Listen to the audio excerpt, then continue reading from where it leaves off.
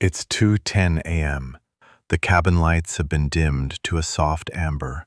A low engine hum vibrates through the seatback, and someone 3 rows ahead has a loud nasal snore that sounds like a distant lawnmower. Your tray table is cold plastic. The overhead reading light makes a narrow cone of glare in your peripheral vision, and every creak of the plane feels huge because you're body tired, but not sleep ready. If that image makes your chest tighten, you've landed on the right video. You can survive a red-eye without wrecking the next day. If your flight happens to be canceled or delayed, Compensair will help you get compensation for the inconvenience and get your money back without wasting time on red tape. Get a refund for your canceled flight right. I'm going to walk you through what to prepare at home, what to check and choose at the airport, and the one small kit to pack so you can actually sleep on a plane. These are practical, low-cost red-eye tips I use every month when I can't avoid an overnight flight. Start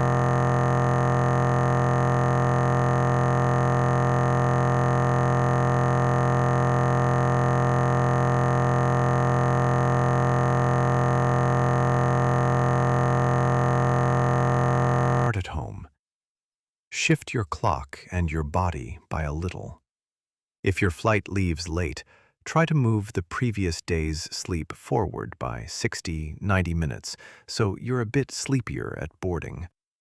2 nights of small adjustments are better than none. The night before, avoid heavy alcohol and the caffeine window. Stop caffeine 6 hours before your planned bedtime.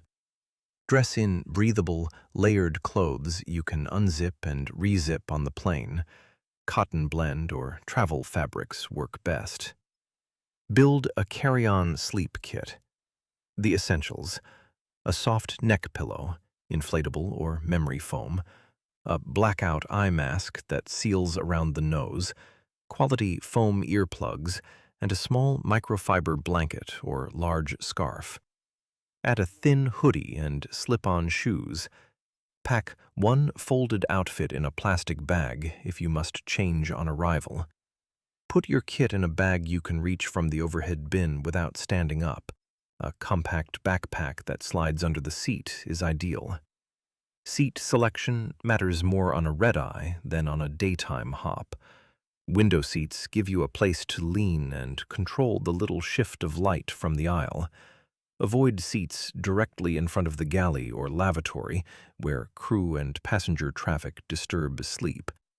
If you're tall, consider an exit row or bulkhead only if the legroom matters and you actually want more space. These seats often don't recline, which can change comfort. Use the airline map to cross-check seat reviews and pick the quietest location on the plane.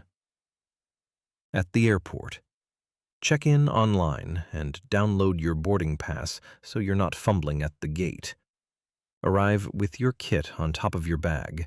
Take off shoes, tuck socks into your carry-on if you want to avoid cold feet on the plane. Use airport lounges if your ticket or credit card allows. A 60-90-minute lounge nap before boarding can drastically lower the chance you'll become a zombie on arrival. On board, control light and noise immediately. Put on your eye mask first, even before the seatbelt sign goes off. The brain responds to darkness. Plug or pop foam earplugs in, and if you have noise-cancelling headphones, use them with a low-level white noise or a long-sleep playlist.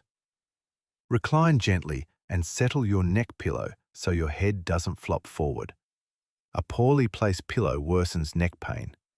For long red-eyes, set one gentle alarm on your phone for the last 30 minutes before landing so you don't oversleep. Set it to vibrate in addition to sound. Here's the real reason red-eyes are hard. Your circadian rhythm is trying to tell you it's daytime, and the airplane's light, noise, and intermittent movement constantly contradict that. Think of your sleep system like a locked smartphone screen. If the phone sees light, it wakes up the apps. The cabin light or a sudden chime is the same. It unlocks tiny alerts that keep your brain from settling. The sleep kit, the seat choice, and strategic naps work like a blackout case and do not disturb mode. They reduce the triggers so your brain can actually fall into the deeper sleep it needs. Let's be concrete about costs and risks so you can make decisions fast. A decent sleep kit, eye mask, foam earplugs, inflatable pillow, travel blanket, costs $20.60 if you shop basic. Premium noise-cancelling headphones range from $100,350, but basic wired noise reduction can be $20.50. Seat selection fees on some carriers are $10.75, depending on route and timing. Exit rows or premium economy upgrades can be $50,500. If you miss a connecting flight because you overslept, rebooking can cost $75,400 for change fees plus fare differences, often more if the next flight is full. Worst case, you arrive exhausted and disoriented and pay for a same-day hotel or expensive taxi.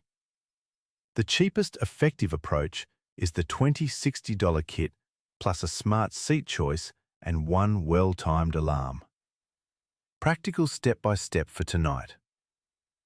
1. Move your bedtime earlier by an hour the day before. 2. Pack your sleep kit in carry-on and keep it accessible. 3. Choose a window seat and avoid the galley/lavatory area. 4. On board, mask plus earplugs first, then neck pillow. 5. Set 2 alarms, one soft wake 90 minutes before landing and one louder 25-30 minutes before. That 2-alarm routine means you can actually let go and sleep without anxiety about missing your stop. Many useful links can be found in the description. A few extra real-world tricks. Pre-download a long, low-volume guided sleep or white noise track and play it on loop. Consider a melatonin dose if you're not contraindicated and you've tested it before. Small doses, 0.5–3 milligrams, can help reset your clock. Hydration matters.